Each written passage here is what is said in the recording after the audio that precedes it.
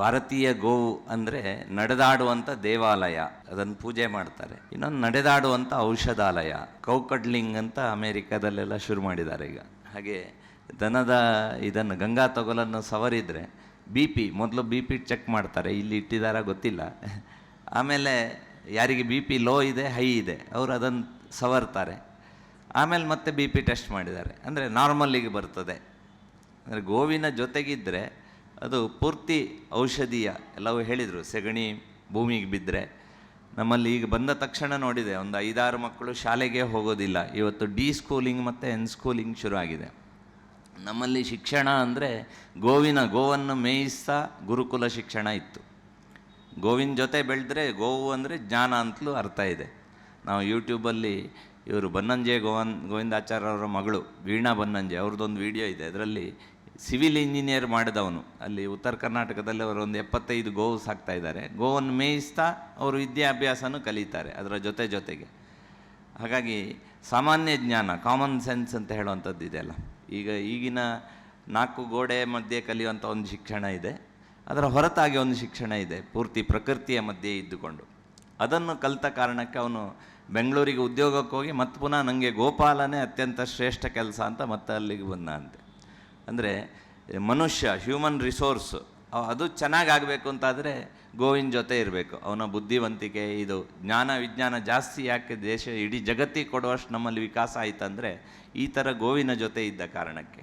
ಇವತ್ತಿನ ಎಲ್ಲ ಸಮಸ್ಯೆಗೆ, ಗ್ಲೋಬಲ್ ವಾರ್ಮಿಂಗ್ ಇರ್ಬೋದು, ಗ್ಲೋಬಲ್ ಟೆರರಿಸಮ್ ಇರ್ಬೋದು, ಇದೆಲ್ಲದಕ್ಕೂ ಮನುಷ್ಯ ಶರೀರ ಆಹಾರದಿಂದ ವಿಚಾರ ಬರ್ತದೆ.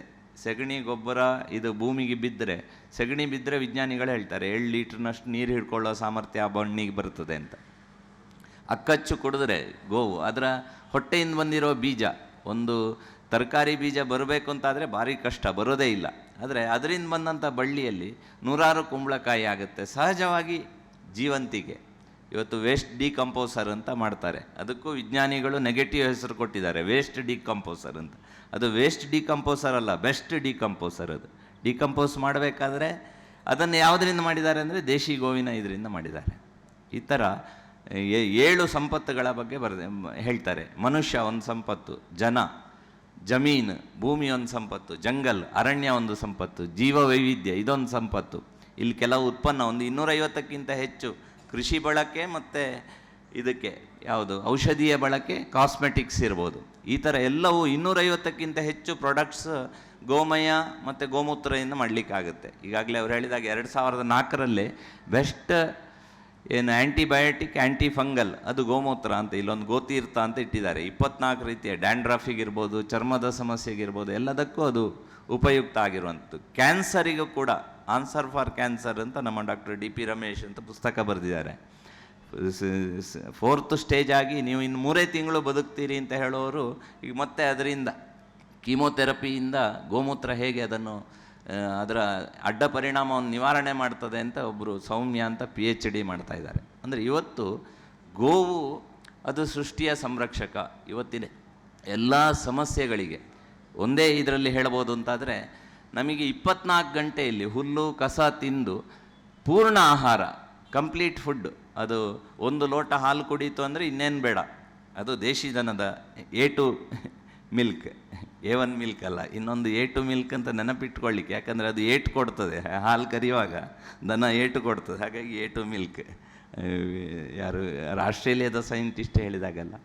ಆ ರೀತಿ ಇನ್ಯಾವುದ್ರಲ್ಲೂ ನಾವು ಅಕ್ಕಿ ಬೆಳಿಬೇಕಾದ್ರೆ 3 ತಿಂಗಳು 6 ತಿಂಗಳು ಬೇಕಾಗುತ್ತೆ. ಅಂದರೆ ಇವತ್ತು ಇದನ್ನು ರಿಯಾಲಿಟಿಯನ್ನು ಮುಚ್ಚಿಡುವಂಥ ಕೆಲಸ ನಮ್ಮ ಮಧ್ಯೆ ಆಗ್ತಾಯಿದೆ. ಗೋವು ಹಸು ಜಾಸ್ತಿ ಆದರೆ ನಿಮಗೆ ಮೊದಲು ಮನುಷ್ಯರಿಗೆ ಆಹಾರ ಇಲ್ಲ, ಇನ್ನು ಅದಕ್ಕೆ ಎಲ್ಲಿಂದ ಕೊಡಬೇಕು ಅಂತ. ಆ ರೀತಿ ಇವತ್ತು ವಿಜ್ಞಾನಿಗಳು ಅಂಥ ಸಂಶೋಧನೆಗಳನ್ನು ಮಾಡ್ತಾ ಇದ್ದಾರೆ. ಈ ರೀತಿಯ ಒಂದು ಬದಲಾವಣೆ ಇವತ್ತು ಅನೇಕರ ಪ್ರಯತ್ನದಿಂದ ಆಗ್ತಾಯಿದೆ. ಅದನ್ನು ಅಧ್ಯಯನ ಮಾಡ್ತಾ ಇವತ್ತು ಅನೇಕ ಸಾಫ್ಟ್ವೇರ್ ಈಗಲೇ ಅವರಿಗೆ ಇದು ಮಾಡಿದರು. ಈ ಥರ ಇಂಜಿನಿಯರಿಂಗ್ ಓದಿದವರು ಮತ್ತು ಗೋಪಾಲನೆಗೆ ಬರ್ತಾ ಇದ್ದಾರೆ. ಆ ರೀತಿಯ ಒಂದು ಬದಲಾವಣೆಯ ಘಟ್ಟ ಇದೆ. ಅನಿವಾರ್ಯತೆಯ ಘಟ್ಟಕ್ಕೂ ಪ್ರೊಫೆಸರ್ ಕುಮಾರಸ್ವಾಮಿ ಅವರು ಹೇಳಿದಾಗೆ ಇವತ್ತು ಕ್ಯಾಲಿಫೋರ್ನಿಯಾದಲ್ಲಿ ಬೆಂಕಿ ಆಗಿರೋದು ಇರ್ಬೋದು. ಈ ಥರ ಗ್ಲೋಬಲ್ ವ್ಯತ್ಯಾಸಗಳ ದೃಷ್ಟಿಯಿಂದ ನಾನು ಸಾಮಾನ್ಯ ಹೇಳ್ತಾ ಇದ್ದೆ, ಇಲ್ಲೊಂದು ಆ ಗೋತೀರ್ಥದ ಬಗ್ಗೆನೇ ಹೇಳ್ತಾ ಇದ್ದೆ. ಫಿನಾಯಿಲ್ ನಾವು ಯೂಸ್ ಮಾಡೋ ಫಿನಾಯಿಲ್ ಅದು ಬ್ಯಾಕ್ಟೀರಿಯಾಗಳನ್ನು ನಾಶ ಮಾಡ್ತದೆ. ಯಾವುದು ಡಿಕಂಪೋಸ್ ಮಾಡಬೇಕು ನಮ್ಮ ಟಾಯ್ಲೆಟ್ ಒಳಗೆ ಅಥವಾ ಟಾಯ್ಲೆಟ್ ಪಿಟ್ ಒಳಗೆ, ಅದನ್ನು ಆ ಡಿಕಂಪೋಸ್ ಮಾಡೋ ಬ್ಯಾಕ್ಟೀರಿಯಾಗಳನ್ನೇ ನಾಶ ಮಾಡುವ ಕೆಮಿಕಲ್ ಇದು ಯೂಸ್ ಮಾಡ್ತಾ ಇದ್ದೇವೆ ನಾವು.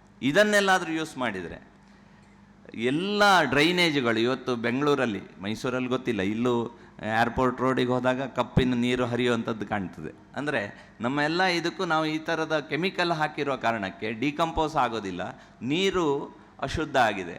ಬೆಂಗಳೂರಲ್ಲಿ ವೃಷಭಾವತಿ ನೋಡಿದರೆ ಅದರಲ್ಲಿ ಬೆಂಕಿ ಇದು ಎಲ್ಲವೂ ಬರ್ತಾ ಇದೆ. ಎಲ್ಲಾದರೂ ಎಲ್ಲ ಮನೆಗಳಲ್ಲೂ ಇದನ್ನು ಬಳಕೆ ಮಾಡಿದರೆ, ಗೋಮೂತ್ರ ಬೇಸ್ಡ್ ಫಿನಾಯಿಲ್ ಇರ್ಬೋದು, ಗೋತೀರ್ಥ ಯೂಸ್ ಮಾಡಿದರೆ ಪೂರ್ತಿ ನೀರು ಮತ್ತೆ ಯಾವ ರೀತಿ ಮೂಲದಲ್ಲಿ ಶುದ್ಧ ಆಗಿದೆ. ಇಲ್ಲಿ ಮಹದೇಶ್ವರ ಬೆಟ್ಟದಲ್ಲಿ ಹುಟ್ಟುವಂಥ ನೀರು ಏನಿದೆ ಅದು ಮೈಸೂರು ನಗರದಲ್ಲಿ ಹೋದಾಗಲೂ ಅಷ್ಟೇ ಶುದ್ಧ. ಅಂದರೆ ಮನೆಯಲ್ಲಿ ಅನಿವಾರ್ಯವಾಗಿ ಇಂಥ ಪ್ರಾಡಕ್ಟ್ಸ್ ಇದನ್ನು ನಾವು ಬಳಕೆ ಮಾಡಬೇಕಾದದ್ದು. ಎಲ್ರಿಗೂ ಗೋವು ಸಾಕ್ಲಿಕ್ಕಾಗ್ತದೆ ಅಂತಿಲ್ಲ. ಅಟ್ಲೀಸ್ಟ್ ನಾವು ಗವ್ಯ ಉತ್ಪನ್ನಗಳು ನಮ್ಮ ಮನೆಗೆಲ್ಲ ಬಂದರೆ ವಿಷದಿಂದ ಅಮೃತಕ್ಕೆ ನಮ್ಮ ಮನಸ್ಸು, ನಮ್ಮ ಮನೆ, ನಮ್ಮ ಮಂದಿರ ಎಲ್ಲವೂ ಬರಲಿಕ್ಕೆ ಸಾಧ್ಯ ಆಗ್ತದೆ. ಆ ಒಂದು ಆಂದೋಲನದಲ್ಲಿ ಅದನ್ನು ಅಧ್ಯಯನ ಮಾಡಿ ನಾವೆಲ್ಲ ಬುದ್ಧಿ ಪುರಸ್ಸರವಾಗಿ ಸ್ವದೇಶಿ ದೃಷ್ಟಿಯಿಂದಲೂ ವೋಕಲ್ ಫಾರ್ ಲೋಕಲ್ ಅಂತ ಹೇಳ್ತಾರೆ. ಒಂದು ಗೋವು ಮನೆಯಲ್ಲಿದ್ದರೆ ಎಲ್ಲವನ್ನೂ ನಾವು ಸ್ಥಾನೀಯವಾಗಿಯೇ ಮಾಡ್ಬೋದು. ಅಥವಾ ನಮ್ಮ ಪಕ್ಕದ ಒಂದು ಗೋಶಾಲೆ ಇಡೀ ಗ್ರಾಮಕ್ಕೆ, ಒಂದು ಏರಿಯಾಕ್ಕೆ, ಒಂದು ಜಿಲ್ಲೆಗೆ ಬೇಕಾದಷ್ಟು ಈ ಥರದ ವಿಷರಹಿತ ಸುದೃಢವಾದ ಸುಸ್ಥಿರವಾದಂಥ ವಸ್ತುಗಳನ್ನು ಕೊಡ್ಬೋದು. ಅನೇಕರಿಗೆ ಉದ್ಯೋಗ ಸೃಷ್ಟಿ. ಈಗ ಒಂದು ನಂದಿ ರಥಯಾತ್ರೆ ಹೊರಟಿದೆ ಮಂಗಳೂರಿನಿಂದ 88 ದಿನ, ಮೈಸೂರಿಗೂ ಮಾರ್ಚ್ 6ನೇ ತಾರೀಕು ಬರ್ತದೆ ಇಲ್ಲಿಗೆ, ಮಂಡ್ಯ ಮೈಸೂರಾಗಿ.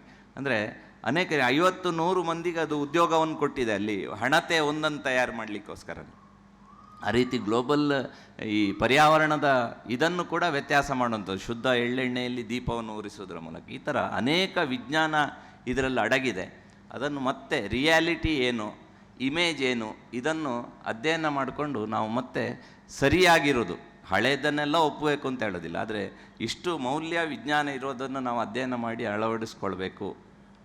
ಅದನ್ನು ಮಾಡಿಕೊಂಡಾಗ ಇವತ್ತಿನ ಇಷ್ಟು ಸುದೀರ್ಘ ಅಧ್ಯಯನ ಇದ್ದಂಥ ಒಂದು ಇದು ಸೆಮಿನಾರ್ ಇದು ಸಾರ್ಥಕ ಆಗ್ತದೆ ಅಂತ ಹೇಳ್ತಾ ನನ್ನ ಮಾತಿಗೆ ಪೂರ್ಣ.